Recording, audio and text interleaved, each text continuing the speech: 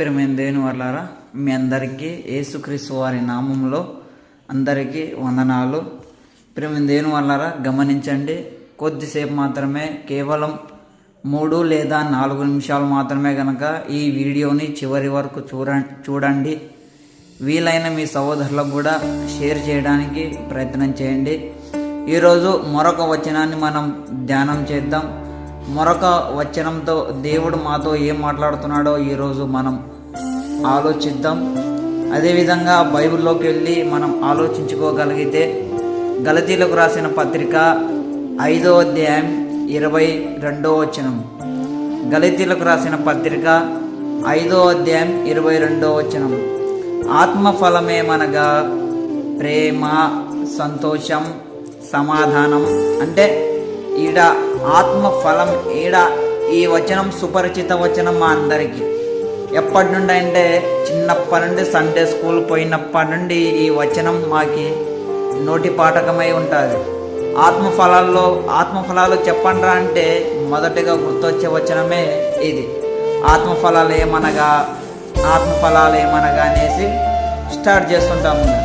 ప్రేమ దేని వల్ల ఈడ మనం పొరపాటు పడుతున్నాం. ఈడ దేవుడు ఏమంటున్నాడంటే ఆత్మఫలం ఏమనగా అంటున్నాడు. ఆత్మఫలాలు కాదు ప్రేమ దేని వల్ల, ఆత్మఫలం అంటున్నాడు. గనక ఆత్మఫలాలంటే మనం ఇన్నాళ్ళు ఆత్మఫలాలు అనేసి అన్ని 9 ఏమో అనుకున్నాం. ఆత్మఫలం అంటే ప్రేమ దేవుని వల్ల ఒక్కటే. మరి ఇంకా ఇవన్నీ ఈ మాట మీకు అర్థం కావాలంటే చిన్న మీకు ఉదాహరణ చెప్తాను. ప్రేమ దేవుని వల్ల మామిడి పండు తిన్నావు కదరా, మామిడి పండు తినరా అనేసి మనం ఒకరికి మామిడి పండు ఇవ్వగానే వాడు తిని దాని ఒక రుచులను మాకు చెప్తాడు. అరే మామిడి పండు తిన్నావు కదరా, ఎలా ఉందిరా అంటే మామిడి పండు చేదుగా ఉంది, మామిడి పండు పులుపుగా ఉంది, మామిడి పండు తీయగా ఉంది అనేసి వాడు మాకు చెప్తాడు. అంటే మామిడి పండులో ఉన్న రుచులు, మామిడి పండులో ఉన్న విధాలు అన్ని విధాలుగా ఉన్నాయి. మరి ఇంకా ఆత్మఫలం అంటే ప్రేమ మాత్రమే. మరి ఇంకా ఇవన్నీ ఏంది?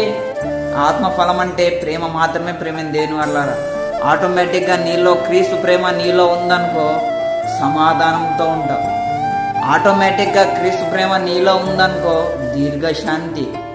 దీర్ఘశాంతం నీలో ఉంటుంది. ఆటోమేటిక్గా క్రీస్తు ప్రేమ నీలో ఉందనుకో ఆశా నిగ్రహం నీలో వస్తుంది. వేటిని ఆశించకూడదు, నా తండ్రి వద్దన్నాడన్న ప్రేమ మాట నీలో గుర్తొస్తుంది. వేటిపైన ఆశ రాదు. అదేవిధంగా విగ్రహారాధన, కోపము ఇవన్నీ మీకు గుర్తుపెట్టుకుంటే ప్రేమ ఉందనుకో ఇవన్నీ కూడా గుర్తుకురావు. ఆశాన్ని ప్రేమ, సంతోషం, సమాధానం, సాత్వికము, ఆశా నిగ్రహము, సాత్వికం, ఒకని పట్ల ఒకడు సాత్వికం కలిగి నడుచుకోవాల. అన్నది నా సహోదరుడే కదా, అన్నది నా మిత్రుడే కదా అన్న సాత్విక్ ప్రేమ నీలో గుర్తొస్తే కానీ క్రీస్తు మన పట్ల చూపిన ప్రేమ గుర్తొచ్చిందనుకోండి అందరి పట్ల శాంతి, సమాధానం, నెమ్మది కలిగి ప్రవర్తిస్తాం ప్రేమ దేని వల్ల. అదేవిధంగా యేసుక్రీస్తు వారు మా పట్ల చూపించిన ప్రేమను మనం ఇతరులకు మనం ప్రేమను చూపించాలి కదా ప్రేమ దేవుని వల్ల. అదేవిధంగా ఆయన సిలువలో మరణిస్తూ మా గురించి ఆయన ప్రేమను మాకు కనుపరిచాడు. మనం కూడా మా బ్రతికిన దినములన్నీ ఒకరిని ఒకడు ప్రోత్సహించుకుంటూ, ఒకరిని ఒకడు దేవునిలో నడిపించుకుంటూ, ఒకరినొకడు దేవునిలో ఎదగాలన్న ఉద్దేశమే దేవుని ప్రేమ. మరి ఇంకా ఆ ప్రేమను మనుషులు మర్చిపోయి ఇష్టానుసారంగా ఒకడంటే ఒకడు పడకుండా ఒకరిపైన ఒకడు ఆశలు పెట్టుకొని